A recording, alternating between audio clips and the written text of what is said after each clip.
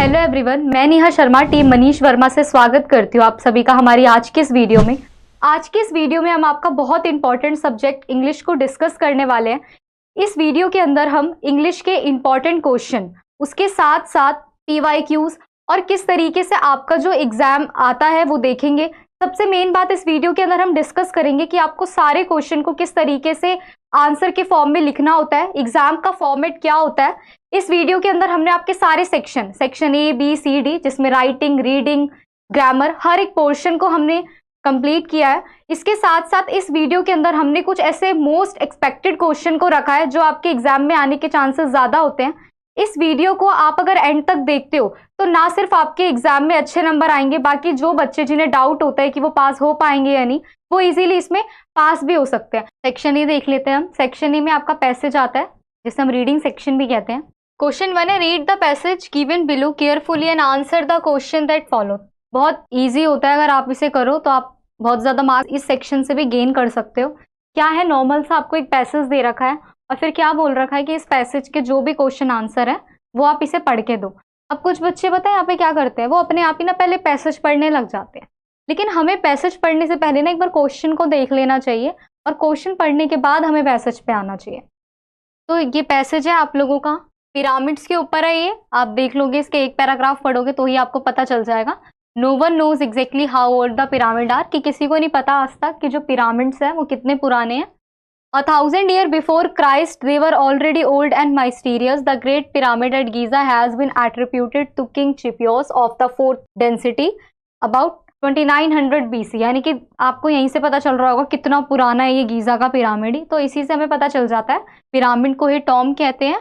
तो ये सब कुछ इसमें बताया गया। एक नॉर्मल से टॉपिक, किसी भी टॉपिक पर आपका कोई भी बड़ा पैसेज आता है, आपको बस सिंपली उसके नीचे जो क्वेश्चन आंसर होते हैं पैसेज में से उनके आंसर ढूंढ के उन क्वेश्चन को करना होता है।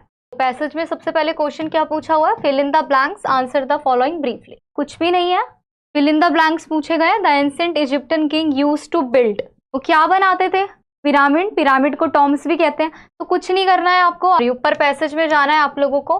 पैसेज में जाने के बाद आपको ये लाइन ढूंढनी है। तो ये लाइन आपको जब मिलेगी सेम लिख देना होता है। तो पिरामिड्स को टॉम्स कहते हैं, ये चीज मैंने यहाँ पे हाईलाइट कर रखी है। इसमें आंसर आपको PDF मिल जाएगी, ठीक है, तो आप उसमें से देख सकते हैं ये चीज।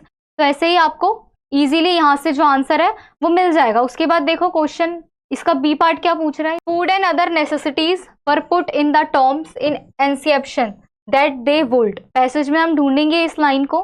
Food and other necessities where put in the tombs for their kings to eat in their future lifes, कि उनकी जो कब्र दफनाई जाती थी उसमें खाना पीना सिर्फ इसलिए डाला जाता था कि कहा जाता था कि वो अपने आने वाले भविष्य की जिंदगी में उसका उपयोग कर पाएंगे। ठीक है, तो इजीली हमें आंसर मिल गया। तो इसी तरीके से आपको क्या करना होता है, इस लाइन को ढूंढ के अपने आंसर को कंप्लीट करना होता है। तो ये थर्ड और फोर्थ सेम इसी तरीके से होगा। ठीक है, ये आंसर यहाँ पर सॉल्व्ड है। ये PDF आपको नीचे लिंक डिस्क्रिप्शन में मिल जाएगी। उसके बाद यहीं से क्वेश्चन आता है, find a word in the passage that means the following. पहला है ह्यूज और दूसरा है a slope joining two levels.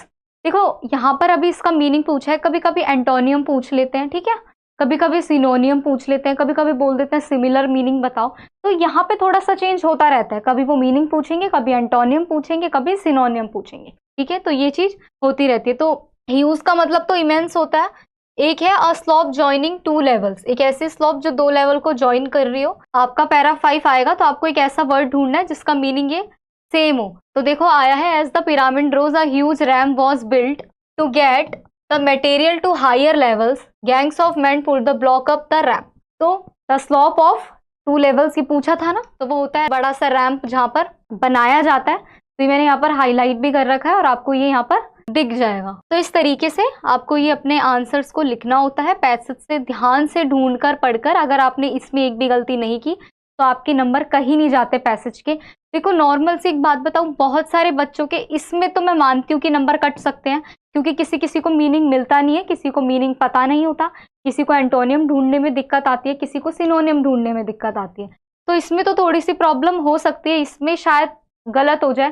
लेकिन जो आंसर आपको सिर्फ लाइन ढूंढ के लिखने हैं, मुझे नहीं लगता कि उसमें आप लोगों से गलती होनी चाहिए। आपको बस डीप पढ़ना है और आंसर लिख देना है, और किसी भी पैसेज के किसी भी क्वेश्चन को छोड़ना नहीं है, जो आए वो लिख देना है। Fill in the blanks with 1 word only.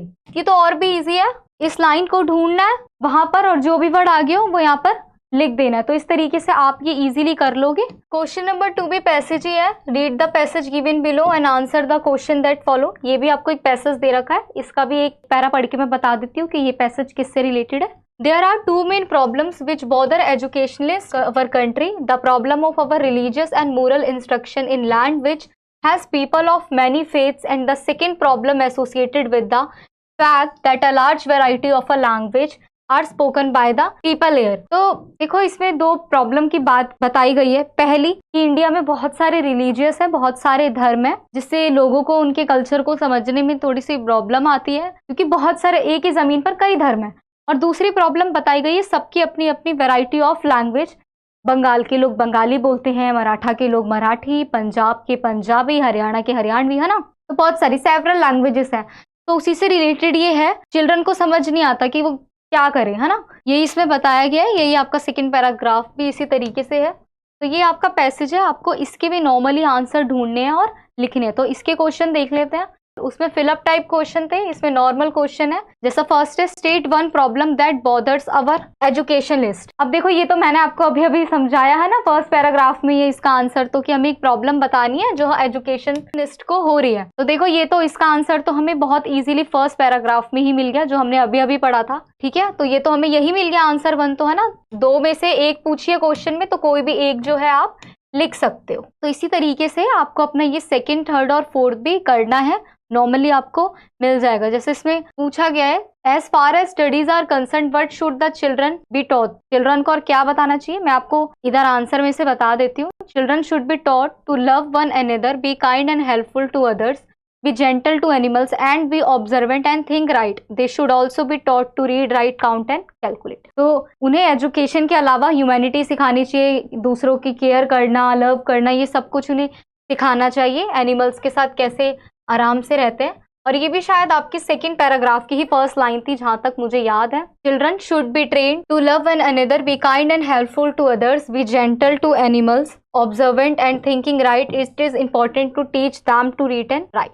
तो ये आपको अपना सेकेंड आंसर भी बहुत इजीली सेकेंड पैराग्राफ से ही मिल गया। तो इस तरीके से आपको सारे आंसर अपने पैराग्राफ से ही मिलते हैं। कोई भी आंसर ऐसा नहीं होता कि बाहर से करना। ठीक है, इसके बाद अगर हम बात करें इसके बी पार्ट की, तो इसमें बी आया है फाइंड एंटोनियम। एंटोनियम मतलब होता है विलोम शब्द। ठीक है, यानी कि अपोजिट मीनिंग।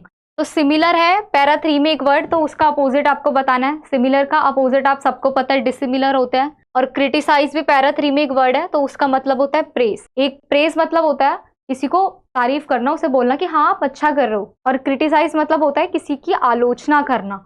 तो वही इसमें बोला गया है। अब इसके सी पार्ट में पूछा गया है, find सिनोनियम of the following words from the passage. कि ये कुछ वर्ड्स हैं, इसके सिनोनियम बताने। तो ट्रबल एक वर्ड है पैरा 1 में। ट्रबल मतलब परेशानी होती है, परेशानी को आप प्रॉब्लम भी कहते हो। ठीक है, पैरा 3 में एक वर्ड है एनकरेज, मतलब किसी को प्रमोट करना, हाँ साहस देना, तो इसको फॉस्टर भी कहते हैं हम। शेप पैरा 2 में एक वर्ड है, तो उसको हम क्या लिख सकते हैं, मोल्ड लिख सकते हैं ना। हम कहते हैं ना डिफरेंट टाइप्स ऑफ मोल्ड्स। तो इस तरीके से आपको बस ये पता होना चाहिए कि सिनोनियम का मतलब होता है सेम मीनिंग, एंटोनियम का होता है विलोम शब्द। और अगर आपको नहीं आता तो जो भी आपको आता हो, जो भी आपको पैसेज में मिले, आप उससे रिलेटेड कुछ लिख देना। छोड़ के नहीं आते, कभी कभी कहते हैं ना हमारे ऐसे तुक्के भी काम आ जाते हैं, तो वही वाली चीज है कि छोड़ना नहीं होता। और इस तरीके से पैसेज से आपके ये सारे क्वेश्चन जो है वो इजीली हो जाते हैं। तो चलिए अब हम बढ़ते हैं हमारे सेक्शन बी की तरफ, जो आपका राइटिंग सेक्शन होता है। सबसे पहले हम इसमें देखते हैं हमारे क्वेश्चन नंबर 3 को। Your tenant who lives on the top floor has the habit of playing guitar and drums loudly at night, which disturb you especially during examination days. तो नॉर्मल सा क्वेश्चन में क्या पूछा है, ये देख के ही आपको पता चल गया होगा, लेटर से क्वेश्चन आया है।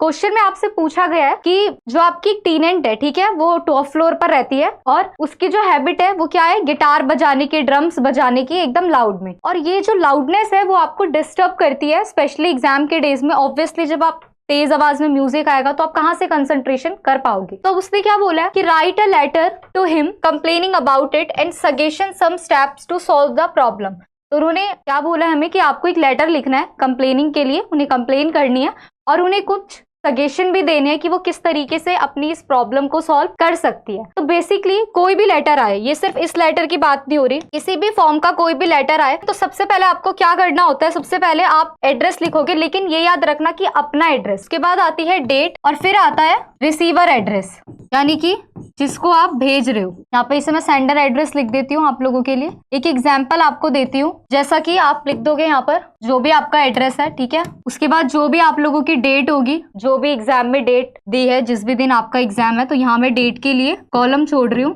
ठीक है। तो डेट, उसके बाद आपको जिसको भी वो एड्रेस लिखना है, ठीक है, एड्रेस, और मैं यहाँ पे कोई दूसरा एड्रेस ले लेती हूँ और फिर वही न्यू दिल्ली, जो भी आपका कोड है, कोड नंबर। तो इस तरीके से आपको क्या करना होता है, अपना जो भी एड्रेस है, जो भी आपको लिखना है, आप यहाँ पर लिख सकते हो। एड्रेस लिखते वक्त आपको एक चीज ध्यान रखनी होती है कि आप जिस भी एरिया के हो, आपको वो एरिया लिखना होता है। जैसे कि अगर आप लिख रहे हो नजफगढ़, तो आपको दिल्ली लिखना होगा।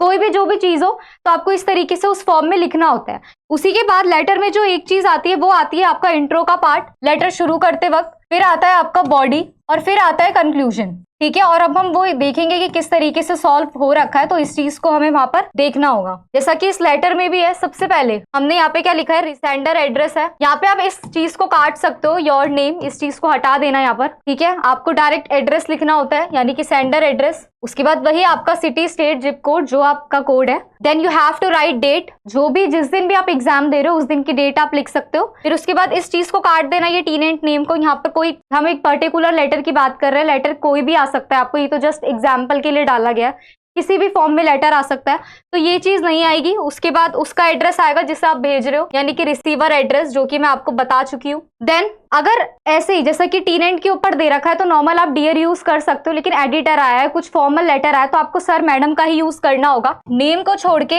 आप लिखोगे सर या मैडम। और हाँ, अगर आपको किसी फ्रेंड वगैरह को देना है तो आप डियर लिख के शुरू कर सकते हो नॉर्मली। उसके बाद आपको बेसिक सा इंट्रो से शुरू करना होता है, तो जैसा कि इसमें शुरू किया गया है, I hope this letter find you well. I would like to address a concern regarding the noise from your guitar and drum playing late at night. While I respect your passion for music, it's been disrupting my sleep, particularly during my examination day. तो उसने शुरू ही अपनी problem बताते हुए किया है, और ये बहुत इजी होता है, जिसे कुछ ना समझ आए कि उसे लेटर को किस तरीके से शुरू करना है। सबसे पहले जो भी आपको दे रखा है, ठीक है, क्वेश्चन में कि ये प्रॉब्लम है, इसको सॉल्व करना है, आप इंट्रो में उसी प्रॉब्लम को लिखो। जैसा कि यहाँ पे लिखा गया है कि मैं आपको ये बताना चाहता हूँ, I would like to address you, कि आप जो ये लेट नाइट तक म्यूजिक ड्रम्स बजाती हो, उससे मुझे थोड़ी सी प्रॉब्लम हो रही है। मैं आपके पैशन की रिस्पेक्ट करता हूँ कि हाँ, आपको ये बहुत पसंद है, लेकिन इससे मुझे काफी ज्यादा प्रॉब्लम होती है। मैं लेट नाइट तक सो नहीं पाता, स्पेशली मेरे एग्जामिनेशन डेज में, और इस चीज से मैं काफी ज्यादा सफर करता हूँ। उसके बाद जब इंट्रो का पार्ट हो जाता है तो you have to make body. Body में उसको पूरी बात लिखनी होती है। कैसे, देखो उसने क्या बताया हुआ है, to create a more harmonious living environment I suggest we establish quiet hours. उसने कुछ बोला है, क्या सजेशन दिया, उसने बोला है कि ठीक है, हम मिलके कुछ सोचते हैं और देख लेते हैं, आप 10 बजे से रात को सुबह 8 बजे तक मत बजाया करो। ये कुछ इन्वायरमेंटल आर्ट्स होते हैं हमारे, जिसमें हमें सोना होता है। या फिर आप एक काम कर सकते हो, साउंड प्रूफिंग ऑप्शन अपने अपार्टमेंट पे सेट कर सकते हो कि भाई साउंड जो है वो बाहर ना आए, ठीक है। इसके अलावा और भी आप म्यूजिक सेशंस वगैरह ज्वाइन कर सकते हो, आप क्लास में जा सकते हो, आप किसी पार्क में इसको यूज कर सकते हो जहां पर ओपन एरिया हो। तो इस तरीके से उसने सजेशन भी दी है और अपनी बॉडी पार्ट को कंप्लीट किया है। देन इन लास्ट में जो एंड का पार्ट होता है, उसमें आप यही लिख सकते हो, थैंक यू फॉर अंडरस्टैंडिंग, या फिर अगर एडिटर को आया है तो आएगा I hope you will understand my problem, ठीक है। तो फॉर्मल और अनफॉर्मल में बस बेसिक सा यही फॉर्म होता है, वहां आपको रिस्पेक्ट करनी होगी। यहाँ रिस्पेक्ट के साथ आपका थोड़ा फ्रेंडली नेचर क्या होता है, चल जाता है। तो इस तरीके से हम अपने लेटर को कंप्लीट कर सकते हैं। एंड में वही आपका नेम एंड खत्म। देन क्वेश्चन नंबर 4 है, in India animals are often transported in cramped spaces in trucks. This leads to tormenting of animals and some of them die on the way. Write an article in about 100 words on ethical treatment of animal. देखो basically मेरा यहाँ पे motive है कि मैं आपको ये बता दूं कि एक आर्टिकल लिखते कैसे, क्योंकि वहां पर कोई भी टॉपिक हो सकता है, गर्ल्स एजुकेशन पे हो सकता है, ग्लोबल वार्मिंग पर हो सकता है, या कोई भी करंट का टॉपिक हो सकता है। आर्टिकल किसी भी टॉपिक पर आ सकता है, ठीक है। आपको बस कुछ चीज जो ध्यान में रखनी होती है वो ये रखनी होती है कि आपको उसे शुरू कैसे करना है। नॉर्मल से इसमें चीज क्या है, क्वेश्चन में क्या पूछा है आपसे, किस चीज पर आर्टिकल लिखना है। इसमें ये बोला गया है कि जब भी एनिमल्स को इंडिया में ट्रांसपोर्टेड किया जाता है एक स्थान से दूसरे स्थान पर, एक जगह से दूसरी जगह पर, तो नॉर्मल सी चीज जो हमें देखने को मिलती है वो क्या देखने को मिलती है कि उन्हें ट्रक में ना लाद दिया जाता है। अब उससे क्या होता है, कुछ एनिमल्स इंजर्ड हो जाते हैं, कुछ की रास्ते में ही डेथ हो जाती है, बहुत सारी प्रॉब्लम देखने को मिलती है। तो आपको एक आर्टिकल लिखना है इस सिचुएशन पे on ethical treatment of animal, कि उन्हें किस तरीके से ट्रीट किया जाना चाहिए। तो नॉर्मल सा सबसे पहले आप जब भी कोई आर्टिकल लिखने की शुरुआत करोगे, you have to write a title name, जो कि आपको वहीं पे मेंशन होता है। फिर वही इंट्रो, वही बॉडी और वही कंक्लूजन, यही 3 चीज आएगी। इंट्रो में आप अपने ही टॉपिक को बताओगे कि किस तरीके से आई एम ये, और मैं इस चीज को रिप्रेजेंट करना चाहता हूँ कि मुझे एनिमल्स को लेकर कंसर्न है। आप देख सकते हो एनिमल्स को जब इस तरीके से ट्रांसपोर्टेड किया जाता है तो उनको इंजरी हो जाती है, उनकी डेथ हो जाती है। तो इसी चीज को हमें थोड़ा सा ध्यान में रखना चाहिए, उनके साथ थोड़ा ह्यूमैनिटी वाला नेचर अपना के हमें उनके साथ बर्ताव करना चाहिए। तो इस तरीके से हमें अपनी इस चीज को शुरू करना होता है। उसके बाद हमें आगे अपने उसी आर्टिकल को बढ़ाना होता है। आप जैसा कि इसमें लिखा है, ethical treatment of animal is not just a choice, is a moral imperative as a society, we must prioritise their well being by advocating for human transport condition. यानी कि हमें उनको प्रॉपर ध्यान से ले जाना चाहिए। उन्हें जिस तरीके से ले जा रहे हैं तो हमें पता होना चाहिए कि वो ज्यादा सफर ना करे, उन्हें क्रूएलिटी से नहीं ले जाना चाहिए, उन्हें दूर रखना चाहिए क्रूएलिटी से। तो इस तरीके से आपको 100 वर्ड्स में, ज्यादा बड़ा नहीं लिखना होता। देखो कभी कभी टॉपिक ऐसे होता है जो इंसान को समझ नहीं आते कि हमें उसमें क्या लिखना है। इस तरीके का कोई क्वेश्चन आता है तो ये याद रखो कि अगर आपको एनिमल्स को बचाना है इस क्रूएलिटी से तो आप क्या क्या तरीके अपनाओगे, और नॉर्मल से इंग्लिश की लैंग्वेज यूज करके आप अपने आर्टिकल को पूरा कर सकते हो। ध्यान रहे, मैं फिर कह रही हूँ, यही टॉपिक नहीं मिलेगा, कोई भी टॉपिक वहां आ सकता है, बस आपको लिखना इस तरीके से है, इंट्रो, बॉडी और लास्ट में कंक्लूजन और खत्म आंसर। उसके बाद है आपका क्वेश्चन नंबर 5। ये बहुत इजी होता है और आप इसे बहुत इजीली कर भी सकते हो। क्या है, you received a call for your elder sister when she was not at home, on the basis of your conversation write a message in not more than 50 words for her, you are Riddhi. तो इसमें क्या बोला है, आप रिद्धि हो, आपको अपनी sister के लिए एक कॉल आता है। याद रखो, सिस्टर के लिए कॉल आता है, सिस्टर का कॉल नहीं आता। और क्या बोला जाता है वो इसमें बता रखा है। तो जो कन्वर्सेशन आपके साथ होती है उनकी फ्रेंड की, वो आपको अपने सिस्टर को मैसेज करना है नॉर्मल सा, 50 वर्ड से कम में या 50 वर्ड के अंदर अंदर। और 50 वर्ड कुछ बहुत ज्यादा नहीं होते, 2-3 लाइन में आपको मतलब कि इस आंसर को खत्म करना है। तो देखो पहले मैं आपको समझा देती हूँ। विवेक बोलता है, सबसे पहले इसमें आपका नाम भी दे रखा है क्या, कि आप रिद्धि हो। क्या हुआ है, विवेक बोलता है कि हेलो इज इट 2 4 5 6 7 8, जो भी नाम हो यहाँ पर। तो रिद्धि बोलती है yes may I know who is speaking, हाँ वही है, बट क्या आप बता सकते हो कि आप कौन बोल रहे हो। तो विवेक कहता है this is Vivek, may I speak to miss Siddhi. तो वो कहता है कि मैं विवेक बोल रहा हूँ, क्या मैं मिस सिद्धि से बात कर सकता हूँ। तो रिद्धि क्या बोलती है, she is not at home, if you have any message please give it to me for her. वो तो घर पे है नहीं, लेकिन अगर आपको कोई मैसेज देना है तो आप मुझे बता सकते हो, मैं वो मैसेज उन्हें पहुंचा दूंगी। तो विवेक बोलता है yes please note down the official meeting will be held at park plaza hotel in Lucknow on September 16। जो भी यहाँ पर डेट हो 2023, जो भी डेट होगी उस पैटर्न के अकॉर्डिंग आप राइट डाउन करो कि जो मीटिंग होने वाली थी वो यहाँ होगी पार्क प्लाजा होटल में लखनऊ में। फिर रिद्धि बोलती है that mean she has to go to Lucknow. अच्छा, इसका मतलब है आप ये कहना चाहते हो कि उन्हें कहाँ जाना है, लखनऊ जाना है। तो विवेक कहता है यस हाँ, we shall go by Air India, flight number जो इन्होंने दे रखा है AI324, tell her to reach the domestic airport by 3 PM, I shall bring the tickets. तो कहता है हाँ हमारा टिकट नंबर ये है, उनको बोलना कि वो अपने डोमेस्टिक एयरपोर्ट पर पहुंचे, मैं उन्हें वहीं मिलूंगा टिकट के साथ। तो रिद्धि बोलती है okay sir, I have noted it and I shall convey the same to my sister as soon as she comes home. कि ठीक है सर, मैंने ये नोट डाउन कर लिया है, मैं आपके इस मैसेज को अपने सिस्टर को जल्दी से जल्दी जैसे ही वो घर आएगी दे दूंगी। तो विवेक कहता है थैंक यू, और उनकी ये कॉल पे जो कन्वर्सेशन होती है वो खत्म हो जाती है। तो अब आपको एक मैसेज नोट डाउन करना है, बहुत इजी होता है ये, बहन को देना है। तो यहाँ पे हाय सिस आया है, कुछ नहीं करना होता। जिस इंसान को इस क्वेश्चन में कुछ ना समझ आए, तो आपने ये देखा है कि उसने मीटिंग के लिए बोला है ना, तो बस शुरुआत ऐसे कर दो कि रिसीव्ड अ कॉल फ्रॉम विवेक, कि मुझे विवेक का कॉल रिसीव्ड हुआ। ठीक है, यहाँ पर जो भी नेम हो, सूरज हो तो सूरज, जो नेम हो जो क्वेश्चन में हो, बस आपको उठाकर ये लिख देना received a call from dash, जो भी आपको क्वेश्चन में मेंशन हो वो लिखना है यहाँ पर। You have an official meeting at park plaza hotel Lucknow on September 16, 2023। और उसने ऑफिशियल मीटिंग के लिए बोला था ना, मेनली तो उसने कॉल इसीलिए किया था कि मीटिंग है, तो वही लाइन उठाकर क्वेश्चन में से यहाँ आपको सेम लिख देनी है। कोई कुछ ज्यादा बड़ा काम नहीं है, वहां से उठा के सेम यहाँ लिख देनी है। और वही फिर एयर इंडिया को जो भी उसने एड्रेस वगैरह दिया था, जो भी उसने बोला था कि वो टिकट वगैरह ले आएगा, वो सेम उठाकर यहाँ पे लिख दो, एंड में लिख दो टेक केयर, और जो भी आपका नाम हो रिद्धि सिद्धि XYZ ABC जो भी इसने दे रखा हो यहाँ वो आपको मेंशन करना है। नाम अगर नहीं दिख रहा तो आप XYZ ABC इस चीज का यूज कर सकते हो और अपने आंसर को कंप्लीट कर सकते हो। Then you have question number 6, write a paragraph on any one of the following in about 100 words. 100 words में आपको लिखना है। 3 ऑप्शन दे रखे हैं आपको। पहला है laughter is the best medicine, दूसरा है कन्वर्सेशन ऑफ बायोडाइवर्सिटी, तीसरा है role of youth in nation building. इन 3 टॉपिक के अलावा एग्जाम में आपको कौन से टॉपिक्स मिलने वाले हैं ये आपको एग्जाम वाले डे ही पता चलेगा, ऑब्वियस सी बात है। लेकिन नॉर्मल सी चीज इसमें क्या होती है कि आपको उस टॉपिक से रिलेटेड जो पता हो आप लिख सकते हो। जैसा कि यहाँ पर क्या है, laughter is the best medicine, तो आपको क्या प्रूव करना है, जो हंसना होता है वो सबसे अच्छी दवाई होती है सेहत के लिए, हर चीज के लिए, ठीक है। उसके बाद दूसरा क्या है, कन्वर्जेशन ऑफ बायोडाइवर्सिटी, हम जैव विविधता को किस तरीके से बचा सकते हैं।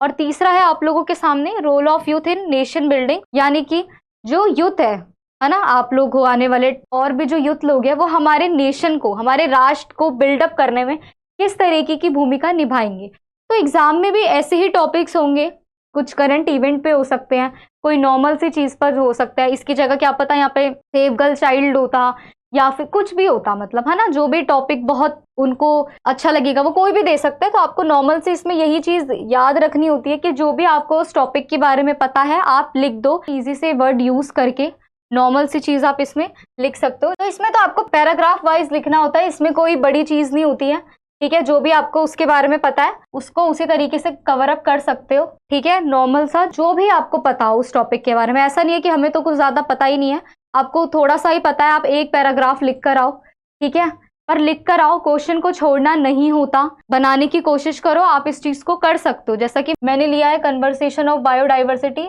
एग्जाम्पल के लिए आप लोगों के लिए, तो उसको लिख दो कि आपको पता है कन्वर्सेशन ऑफ बायोडाइवर्सिटी हमारे प्लैनेट के लिए कितनी ज़्यादा इंपॉर्टेंट है, इसे सेव करना हमारे लिए कितना ज़्यादा ज़रूरी है। अर्थ की जितनी भी डाइवर्स इकोसिस्टम है, स्पीसीज है, सबको ही हमारी वर्ल्ड की ब्यूटी के लिए कंट्रीब्यूट कर रहा है, हमें इसको कंजर्व करके रखना चाहिए अपने अर्थ के लिए। तो इस तरीके से मैंने यहाँ पर लिखा है कन्वर्सेशन ऑफ बायोडाइवर्सिटी पर।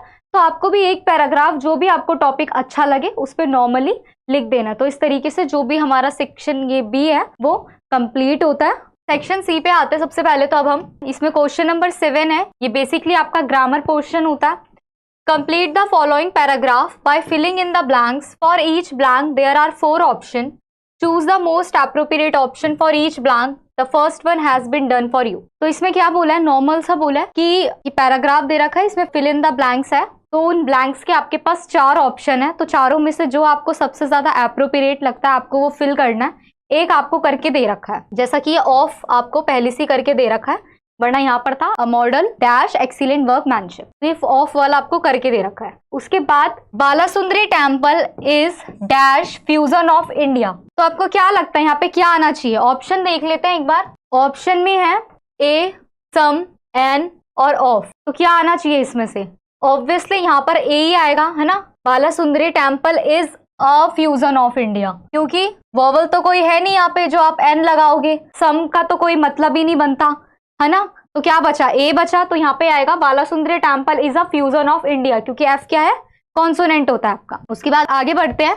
Balasundari temple is a fusion of India and Persian school dash architecture. यहाँ पे ऑप्शन है आपका फॉर, फ्रॉम, ऑन और ऑफ। फॉर तो आ ही नहीं सकता, फ्रॉम भी नहीं आ सकता, ऑन मतलब ऊपर, तो वो तो बिल्कुल नहीं आ सकता, तो क्या बचा? ऑफ। आप एक बार पढ़ के भी देखोगे तो भी आपको ऐसे समझ आ जाएगा। देखो, Balasundari temple is a fusion of India and Persian school of architecture, तो जो ऑफ होगा वो इसका क्या है? एप्रोप्रिएट ऑप्शन है। तो इसी तरीके से ना आपको ये सारे अपने अकॉर्डिंग देखने हैं, कहाँ पे वॉवल है, कहाँ पे कॉन्सोनेंट है, ठीक है। तो उस तरीके से इन फिल इन द ब्लैंक्स को क्या करना है? बहुत इजीली फिल करना है। नेक्स्ट क्वेश्चन है question number 8, fill in the blanks with correct adjective given in the bracket. तो ब्रैकेट में आपको कुछ एडजेक्टिव दे रखे हैं, आपको वो फिल करने हैं। Did you have dash food, option है इनफ या फ्यू। आपके पास थोड़ा खाना है या आपके पास जो खाना है वो आपके लिए इनफ है, तो इसमें इनफ ज्यादा सही है ना, कि आपके पास जो खाना है वो बहुत है, तो इसका राइट आंसर होगा इनफ। उसके बाद है dash is this pen, dash ये पेन किसका है, तो इसमें आपको लिखना होगा whose. Who is this pen, ये तो हम नहीं बोल सकते ना, हुज इज दिस पेन, ये ज्यादा अच्छा है कि ये पेन किसका है, तो यहाँ पर आएगा whose। उसके बाद है his condition is dash more worse और worse than yours। उसकी जो कंडीशन है वो तुमसे ज्यादा खराब है, तो उसमें आएगा वर्ड्स। उसके बाद है next, I can't hear you, you must speak dash loud या लाउडर, तो obviously you must speak louder. Then next है he is the dash little least affected of all, तो यहाँ पे आएगा least. Then it is raining quite या quietly hard, तो फिर आएगा इसमें क्वाइट। तो इस तरीके से आपको ये एडजेक्टिव सेंटेंस के अकॉर्डिंग करने होते हैं। उसके बाद है question number 9, select the correct form of phrase verb shown in the bracket along each sentence and fill in the blank. ये भी फिल इन द ब्लैंक्स है, ऑप्शन दे रखी है, उसी के अकॉर्डिंग फिल करना है। The bus was full we could not get on होगा या गेट अप। इसमें पूछा है कि बस भरी हुई है तो क्या हम इसमें चढ़ सकते हैं, तो ऑब्वियसली गेट ऑन होगा। उसके बाद है dash there's a car coming,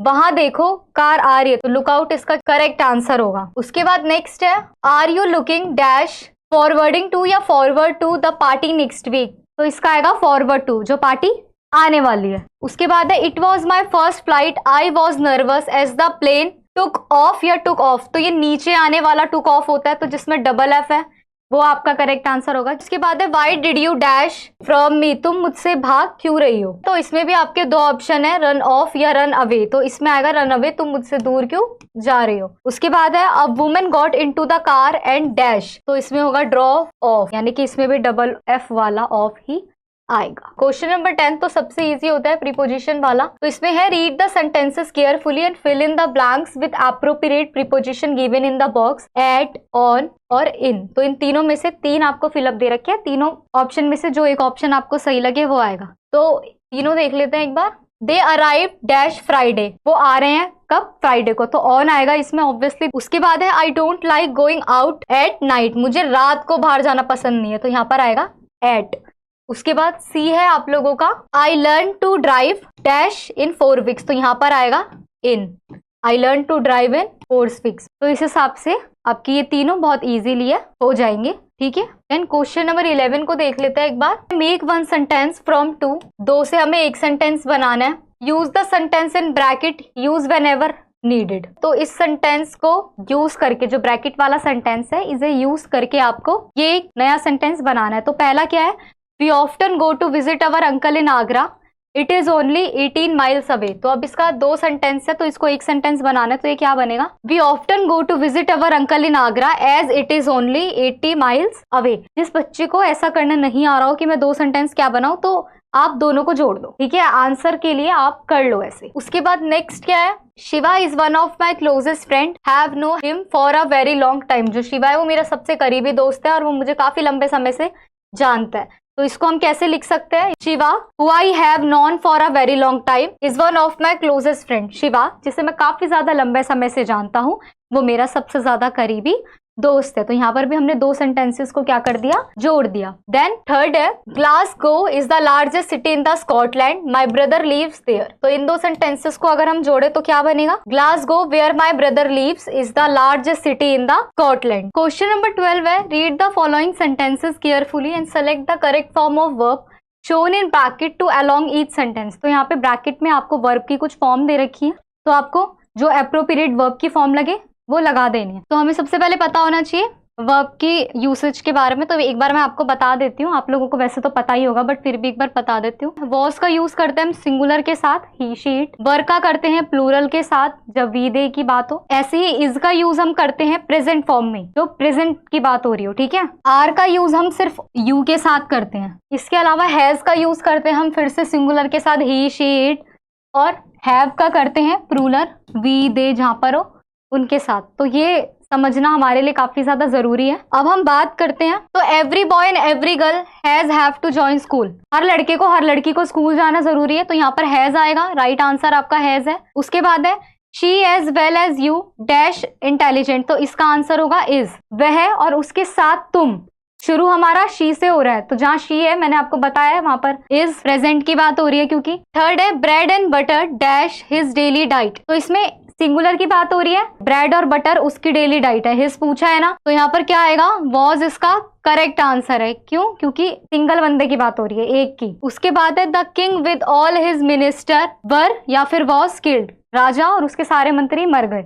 तो ऑब्वियसली यहाँ पर भी हम यही यूज करेंगे। उसके बाद है game after game dash played, game के बाद गेम खेली गई तो was the scholar and the poet dash dead, जो स्कॉलर है और जो उसका कवि है वो दोनों ही मर गए, तो दो की बात हो रही है, तो यहाँ पे आएगा आर। हमने ये अपना ये क्वेश्चन भी कंप्लीट कर लिया है। हमारा सेक्शन डी जो कि आपका बुक का सेक्शन होता है, ठीक है। तो इसमें क्वेश्चन नंबर 13 है, read the extract given below and answer the question that follow. Normal सा एक एक्सट्रैक्ट किसी भी चैप्टर का आ जाएगा, जैसा कि यहाँ दे रखा है new good things from rubbish से, तो ऐसे ही किसी भी चैप्टर से कोई भी एक एक्सट्रैक्ट आएगा, एक पैराग्राफ उठ के यहाँ पर आ जाएगा और फिर नीचे क्वेश्चन दे रखे होते हैं, आपको उन्हें इसी एक्सट्रैक्ट से आंसर ढूंढकर लिखना होता है। जैसा कि यहाँ पर फर्स्ट क्वेश्चन है, how can plastic be reduce, तो आपको पढ़ना है एक्सट्रैक्ट को ऑब्वियसली और फिर जो आंसर मिले लिख देना। जैसा कि इसमें क्या आएगा कि हमें उसको टेनी पार्टिकल्स में कट कर देना चाहिए, है ना। तो इस लाइन में जो ये आंसर है ये फर्स्ट आंसर बनेगा आपका। तो इसी तरीके से आपको ये सारे आंसर को कर लेना होता है। कभी कभी क्या होता है कि जो क्वेश्चन इसमें आते हैं हमें उनका आंसर एक्सट्रैक्ट में नहीं मिलता, तो उसमें आपको एक चीज याद रखनी होती है। अगर आपने चैप्टर पढ़ा है तो आपको पता होगा कहानी में क्या हुआ है ना, तो आपको वो वाली लाइन लिख देनी होती है अगर आपको एक्सट्रैक्ट में ना मिले तो। क्वेश्चन नंबर 14 भी आपका सेम ऐसे ही है, आपको इसमें भी यही करना है। ये एक्सट्रैक्ट आया है आपका स्टीलिंग एंड अटॉनमेंट से। देखो इसमें क्या है, what sin is the author talking about, जो ऑथर था वो किस पाप की बात कर रहा था, तो आपको एक्सट्रैक्ट में ढूंढना है। और अगर आपको एक्सट्रैक्ट में ना मिले तो आपने पढ़ा ही होगा चैप्टर में कि वो कौन से पाप की बात कर रहा था, उसी पाप को लिख देना है। जैसा कि the author is talking about the sin of stealing, यानी कि चोरी को पाप बोल रहा था ना वो। तो इस तरीके से आपको अपने ये सारे आंसर कर लेने होते हैं। अब इसमें एक डी क्वेश्चन है, find a word from the passage which has opposite meaning of the word given below. Unsafe का अपोजिट देखना है हमको, तो दोबारा हम किस में जाएंगे, अपने इस एक्सट्रैक्ट में जाएंगे और देखेंगे कि कौन सा वर्ड है जो अनसेफ का अपोजिट है। तो इसमें आपको ढूंढना होता है, जैसा कि यहाँ पर मुझे मिल गया, अनसेफ का अपोजिट सेफ ही होता है, तो आप ये वर्ड उठाकर लिख दोगे अनसेफ के आगे सेफ। तो इस तरीके से आपको क्वेश्चन नंबर 14 भी करना होता है। क्वेश्चन नंबर 15 भी सेम होता है, लेकिन उसमें चैप्टर की जगह कोई भी एक पोएम का एक पार्ट दे दिया जाता है, ठीक है। जैसे कि ये पोएम की कुछ लाइंस दे दी आपको और फिर आपसे पोएम के बेस पे क्वेश्चन पूछे जाते हैं। जैसा कि फर्स्ट ही है कि what does the poet mean by the second line to laugh only with my teeth. जो एक इसमें सेकंड लाइन है पोएम के स्टैंजा में कि to laugh with only my teeth, इससे जो पोएट है वो क्या कहना चाहता है, ठीक है। तो ये इसमें पूछा गया है आपसे। तो अगर आपने पोएम पढ़ी है तो आपको पता ही होगा, वरना मैं बता देती हूँ कि in the second line to laugh with only my teeth means that the poet has learn to fake smile without genuinely feeling happy और जॉयफुल। जो पोएट है वो ऐसे ही बिना किसी फीलिंग के, चाहे वो खुश हो चाहे वो ना हो, वो एक फेक स्माइल हमेशा ही अपने फेस पर रखता है। तो वो इसमें बताया गया है। और देखो मेन चीज आपको पोएम का नेम और पोएट का नेम पता होना चाहिए कि पोएम जो है वो किसने लिखी है, उसके पोएट कौन है। जैसे एक्सट्रैक्ट में तो नीचे चैप्टर का नाम दे रखा था, इसमें पोएम में नहीं बता रखा कि ये कौन सी पोएम है, और आपका क्वेश्चन आ रखा है कि हु इज द पोएट। तो अगर आपको पता होगा तभी आप लिख सकते हो। उसके बाद क्वेश्चन नंबर 16 है, complete the statement given below by choosing the most appropriate option from those that follow. Who seek shelter in the trees at night. तो ये टॉल ट्रीज से क्वेश्चन आया हुआ है कि भाई कौन रातों को पेड़ों पे शेल्टर लेता है। ऑप्शन है कि टायर्ड ट्रेवल, बर्ड्स या वेरी स्मॉल मंकीज या ड्रॉप्स ऑफ ड्यू। तो इसका आंसर है बर्ड्स। उसके बाद है what kind of words that poet recommending in the poem the truth. जो द ट्रूथ पोएम है उसमें पोएट्स ने किस तरीके के वर्ड्स को रिकमेंड किया है। ऑप्शन है honest and bitter words, strong words. उसके बाद थर्ड ऑप्शन है sweet soft and pleasant word या फिर पैसिफिक वर्ड्स। तो है ऑनेस्ट एंड बीटर वर्ड्स का उसने क्या किया है, इस्तेमाल किया। तो इसके लिए आपको पोएम बिल्कुल डीपली पता होनी चाहिए, तभी आप इन एमसीक्यू को सॉल्व कर पाओगे इजीली। उसके बाद क्वेश्चन नंबर 17 आता है आपका, answer any two of the following question in 1 और 2 सेंटेंस ईच। यानी कि ज्यादा नहीं, 2-3 लाइन में आपको ये आंसर कंप्लीट करना होता है। पहला क्वेश्चन क्या पूछा है कि why and how did the 100 yard race get reduce to a walk. ये आपके 9 गोल्ड मेडल से क्वेश्चन आया है। ये आपको पता ही है कि वो एक बच्ची गिर जाती है तो फिर सारे रुक जाते हैं और सारे उसके साथ पीछे जाते हैं और फिर उसके साथ ही वापस आते हैं, और तभी इस रेस में ये 9 के 9 फाइनलिस्ट बन जाते हैं, 9 के 9 ही विनर होते हैं। सेकंड क्वेश्चन है what habit of Volodya showed that he was a quite impulsive. ये आपके माय एल्डर ब्रदर से आया है। तो वलोदिया की कुछ हैबिट है जो शो करती है कि वो क्वाइट इम्पल्सिव है। जैसे कि उसने वो कैप फेंक दी थी, हाई प्लेसेस से जंप किया था, है ना, जबकि उसे पता होता है कि उसके कंसिक्वेंसेस क्या हो सकते हैं। फिर है what gift Kezia prepare for her father. Kezia ने अपने पापा के लिए क्या गिफ्ट प्रिपेयर किया था, ये भी आपको पता है ये उसने एक कुशन बनाया था, है ना। In order to prepare she labels stitches 3 side, तीनों साइड से स्टिच किया था, उसमें डबल कॉटन डाली थी, पेपर भरे थे। तो इस तरीके से उसने अपने पापा के लिए एक पिन कुशन बनाया था। आपने अगर चैप्टर पढ़ा है तो आप इजीली क्वेश्चन के आंसर दे सकते हो। 3 में से कोई 2 करने होते हैं। मैं फिर बोल रही हूँ, यही सेम क्वेश्चन नहीं आते, वो किसी भी चैप्टर से कोई भी क्वेश्चन उठाकर दे सकते हैं। तो इसीलिए चैप्टर का आना आप लोगों के लिए जरूरी है। तो आपको 3 में से जो 2 क्वेश्चन अच्छे से आते हो आप उन्हें कर सकते हो। उसके बाद क्वेश्चन नंबर 18 भी ऐसे ही है। Answer any 2 of the following question in 30 to 40 words. इसमें 30 से 40 वर्ड्स में आपको 2 क्वेश्चन का आंसर देना है। पहला क्या है, how did the Indian people and government recognise and know Ustad Bismillah Khan. ये आपके उस्ताद बिस्मिल्लाह खान चैप्टर से ही आया है कि कैसे इंडिया के लोग और गवर्नमेंट उस्ताद बिस्मिल्लाह खान को पहचानते हैं। देखो, India honoured Bismillah Khan by conferring on him the greatest national award the Padmashri. उन्हें पद्मश्री मिला है, पद्म विभूषण मिला है। इसके अलावा he was also awarded the Bharat Rama in 2001 the highest civilian award in India. तो इस वजह से जो उन्हें ये ग्रेटेस्ट अवार्ड्स मिले, इसी के द्वारा जो इंडिया के लोग हैं या फिर जो इंडिया की गवर्नमेंट है वो इन्हें जानती है। देन है, why would not the parrot talk. जो पैरेट थी वो बात क्यों नहीं कर रही थी, आपको पता है कि ये एडा शॉर्ट थ्रोट हो गया था, ठीक है। उसके बाद नेक्स्ट क्वेश्चन है, why would the teacher let the tiger master enter the headmaster room to fetch the tiger. यानी कि जो टीचर्स थे वो क्यों टाइगर के मास्टर को हेडमास्टर के रूम में उसको पकड़ने के लिए नहीं भेज रहे थे। आपको पता ही होगा कि उन्हें डर लग रहा था टाइगर से, उन्हें अपनी सेफ्टी की भी चिंता थी। वो नहीं चाहते थे कि कोई ऐसी डेंजरस सिचुएशन क्रिएट हो जाए जिससे कोई ना संभाल पाए। इसीलिए वो चाह रहे थे कि जो टाइगर का जो मास्टर है वो भी उस रूम में ना जाए। उसके बाद क्वेश्चन नंबर 19 है, answer any 1 of the following question in about 100 words. ये आपका लॉन्ग क्वेश्चन आया है तो इसको आपको 100 वर्ड में लिखना होता है, दोनों में से कोई एक करना होता है। ए पूछा है, why did grandfather take Raja to the old man. Do you think the old man saved Raja's life. Give reason for your answer. Second है, how does mother Teresa help the poor. ये आपके केयरिंग फॉर अदर से आया हुआ है। देखो, मैं एक बार फिर बोल रही हूँ, यही सेम क्वेश्चन नहीं मिलने वाले हैं, कोई भी मिल सकता है, किसी भी चैप्टर से लॉन्ग उठ के आ सकता है, वैल्यूएबल क्वेश्चन आ सकते हैं। बस मैं आपको बता रही हूँ कि किस तरीके से आपको आंसर लिखना होता है। आपको पता ही है कि राजा को जब उसके ग्रैंडफादर को ये लगा कि उसे सांप ने ही काट लिया है तो वो उसे फटाफट लेकर गए थे उस बूढ़े आदमी के पास, ठीक है, कि वो राजा की लाइफ बचाएगा स्नेक बाइट से।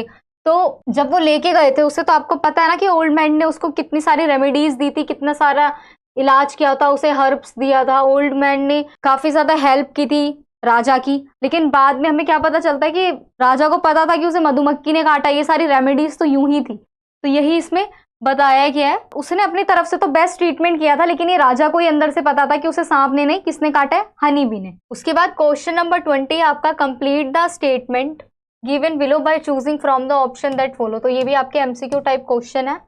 Who among the following was not present in Shivaji court in the chapter The Return of Lion। तो द रिटर्न ऑफ लॉयन जो आपका चैप्टर है उसमें शिवाजी के कोर्ट में कौन प्रेजेंट नहीं था। शिवाजी, रामदास, संभाजी और पंडिता राव। तो पंडित राव प्रेजेंट नहीं थे।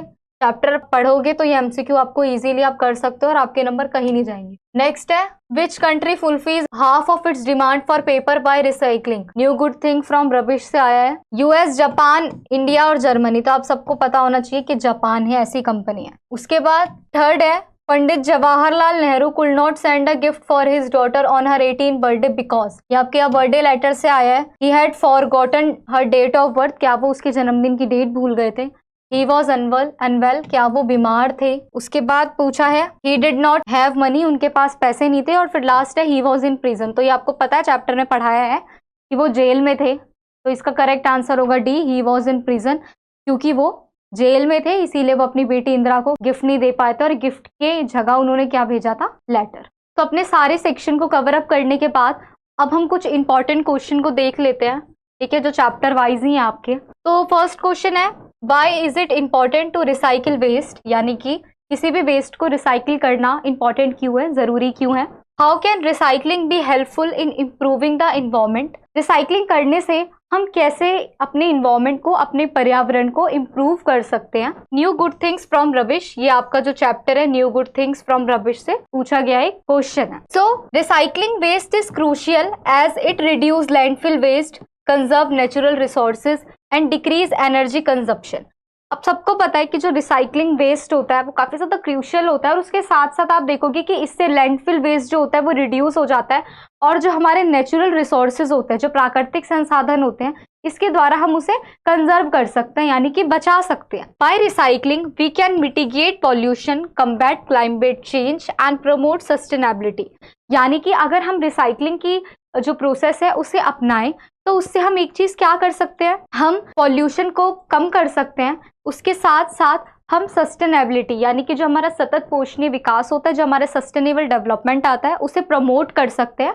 सस्टेनेबल डेवलपमेंट आपको पता ही है ना, कि हमें रिसोर्सेज का ऐसे यूज करना है कि हमारी जनरेशन को उनकी कमी ना हो, तो इस तरीके से हम अपनी सस्टेनेबिलिटी को प्रमोट कर सकते हैं। It also fosters that creation of new products from recycle materials.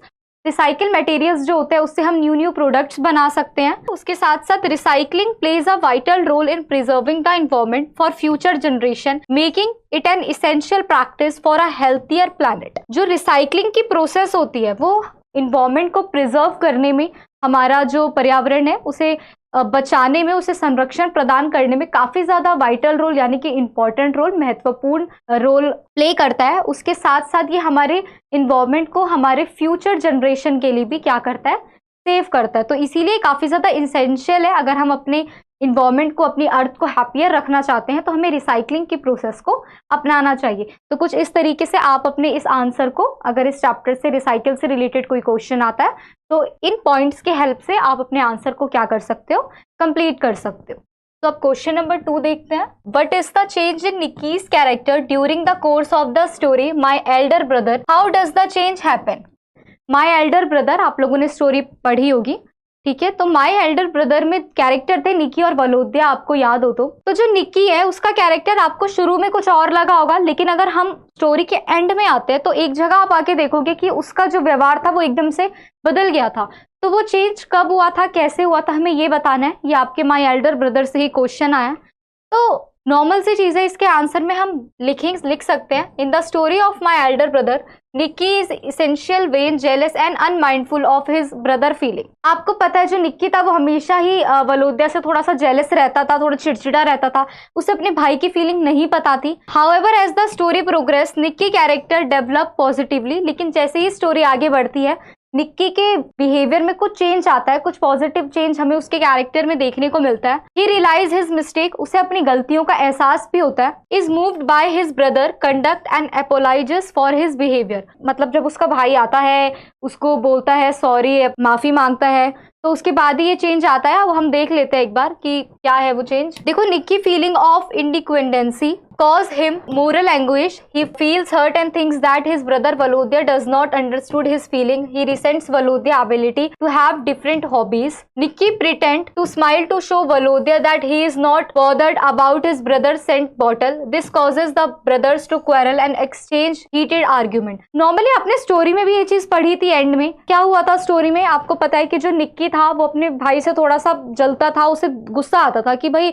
ये इसकी तो अलग अलग एक्टिविटीज हैं, और उसे वलोदिया की जो डिफरेंट हॉबीज थी उससे भी प्रॉब्लम थी। हालांकि जो वलोदिया था वो उससे बड़ा था, बट निक्की को हमेशा ही ऐसा लगता था कि मतलब ये मेरी फीलिंग्स नहीं समझता, कि डिफरेंट हॉबीज है। ये सारी चीजें हम चैप्टर में पढ़ चुके हैं। बेसिकली इसमें वो जो सेंट बॉटल वाला इंसिडेंट हुआ था, तो निक्की क्या प्रिटेंड कर रहा था कि मुझे कोई फर्क नहीं पड़ता, तेरी सेंट बॉटल है तू देख, लेकिन आपको भी पता है अंदर ही अंदर उसे था कि टूट गई या जो भी हुआ था। अब जो ये सेंट बॉटल वाला जो इंसिडेंट हुआ उससे दोनों भाइयों के बीच झगड़ा हुआ था और वो आर्ग्यूमेंट में बदल गया था। उसके बाद क्या हुआ था, दोनों ने एक दूसरे से बात करनी बंद कर दी थी, अगर आपको याद हो तो। लेकिन निक्की को इवेंचुअली रियलाइज हुआ that his Elder brother always loved and care for him. उसे एकदम से रियलाइज हुआ कि जो उसका बड़ा भाई है वो हमेशा ही उससे प्यार करता है, उसकी रिस्पेक्ट करता है, उसकी केयर करता है। He also realises that even though he may reach the elder brother class level next year, his elder brother will always remain his elder brother. उसे एंड में रियलाइज भी होता है कि चाहे मैं अगले साल उस क्लास में आ जाऊंगा जिसमें मेरा भाई है,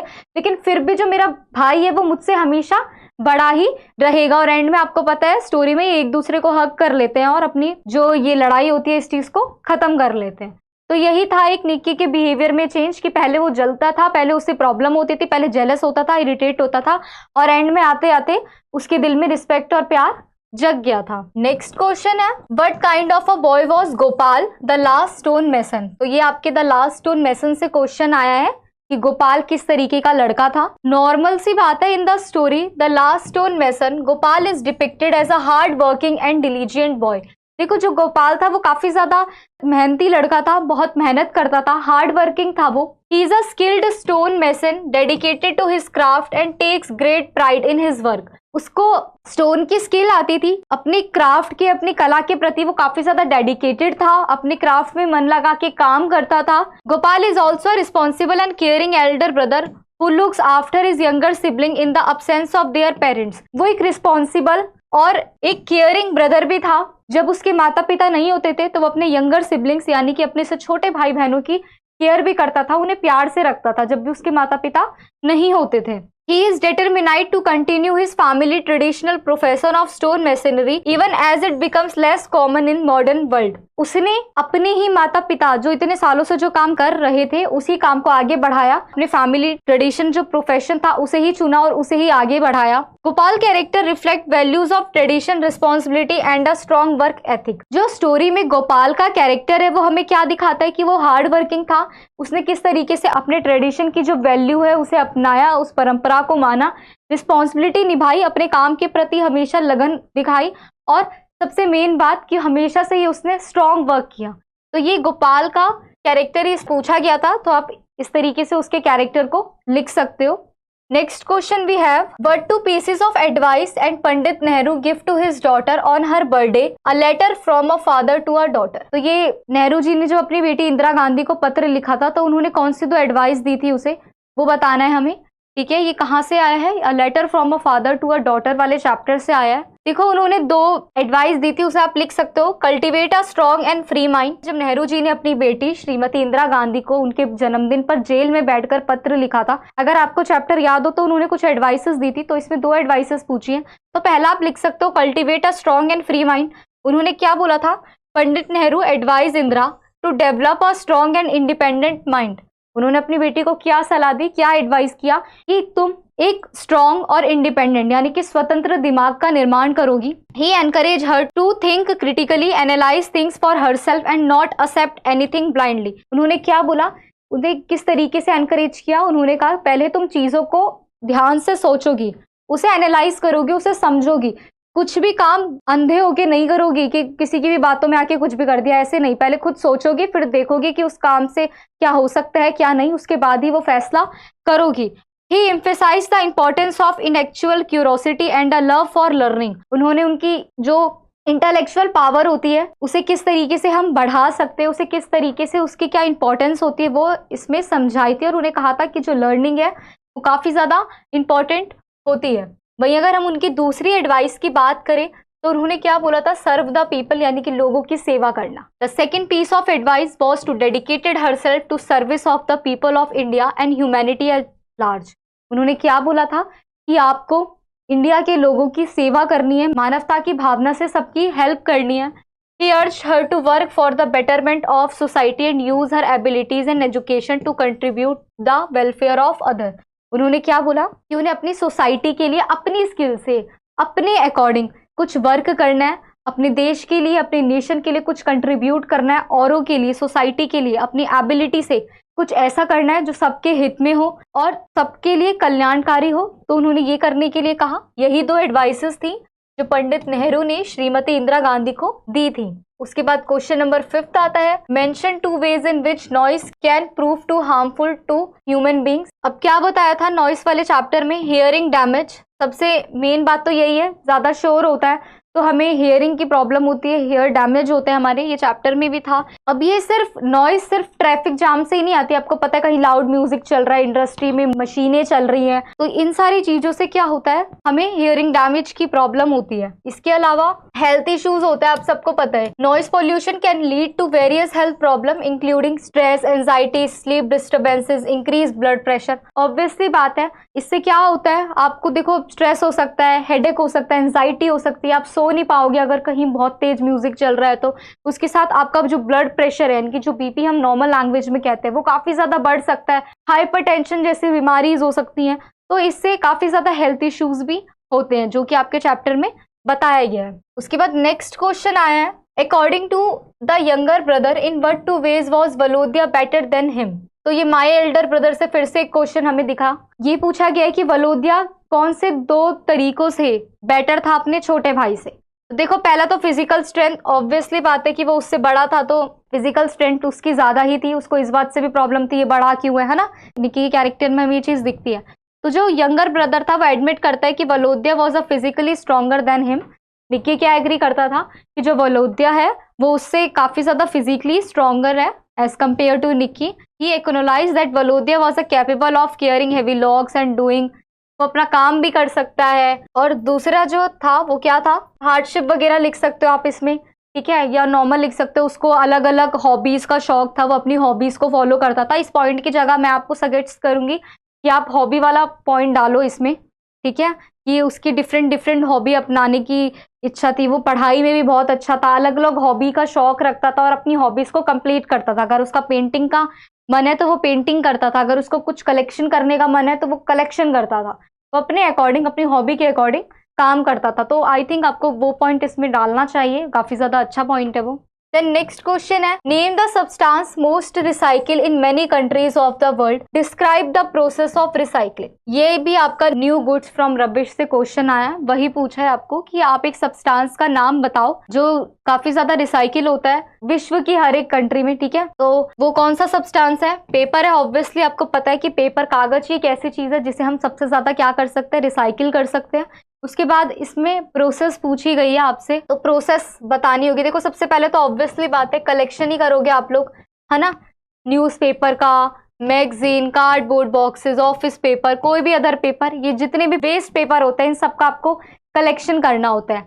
उसके बाद क्या होता है, people are encourage to separate paper waste from other type of waste and place it designating recycle bins और कंटेनर्स। लोगों को ये सजेस्ट भी किया जाता है कि आप बाकी सारा कूड़ा कबाड़ा एक तरफ रख दो, लेकिन जो ये पेपर वाला वेस्ट है उसे किसी एक कंटेनर में रखो, उसे मिक्स मत करो। कलेक्शन के बाद सॉर्टिंग होती है, जैसे ही पेपर वेस्ट होता है वो कलेक्ट हो जाता है, उसे ट्रांसपोर्टेड कर दिया जाता है रिसाइकलिंग फैसिलिटीज के लिए, ठीक है। उसके बाद उसे सॉर्टेड करा जाता है, डिफरेंट डिफरेंट कैटेगरी पर उसे रखा जाता है उसकी क्वालिटी के अकॉर्डिंग। देन कलेक्शन और सॉर्टिंग के बाद पल्पिंग होती है, पल्पिंग के बाद होती है स्क्रीनिंग एंड क्लीनिंग। पल्पिंग में हम क्या देखते हैं कि जो सॉर्टेड पेपर होता है उसे मिक्स कर लिया जाता है वाटर और केमिकल के साथ, फिर एक पल्प को क्रिएट किया जाता है। तो इस तरीके से ये पॉइंट्स हैं जो आपने चैप्टर में भी पढ़े होंगे, तो फिर इन्हीं को आपको लिखना है। 5 नंबर में आता है तो भी, 3 नंबर में, 2 नंबर में आता है तो आप सिर्फ नाम लिख सकते हो। अगर 2 नंबर में क्वेश्चन मिलता है तो आप नाम लिख सकते हो कि we recycle the paper with the help of collection, sorting, pulping, screening and cleaning. तो इस तरीके से आप नाम लिख सकते हो। लेकिन यही क्वेश्चन अगर आपको 5 नंबर में मिलता है तो इस तरीके से आपको एक्सप्लेन करना होगा, ठीक है। पल्पिंग के बाद स्क्रीनिंग और क्लीनिंग होती है। जैसे ही पल्प पास्ड हो जाता है तो स्क्रीन्स और क्लीनर्स के द्वारा जो भी उसके कंटामिनेंट्स होते हैं, जो भी टिनी बिट्स होते हैं प्लास्टिक के या ग्लू के, उन्हें क्या करा जाता है, रिमूव किया जाता है। इससे जो पेपर है वो हाई क्वालिटी में रिसाइकिल हो जाता है। उसके बाद रिफाइनिंग होती है, रिफाइनिंग के बाद पेपर मेकिंग दोबारा से होती है, फिर वही कन्वर्सन और डिस्ट्रीब्यूशन। तो इस तरीके से आप देखोगे कि हमारी जो रिसाइकलिंग की प्रोसेस है वो चलती रहती है। फिर next question you have, what opinion did the tiger from about human beings after entering the market, how was it different from the opinion he had earlier.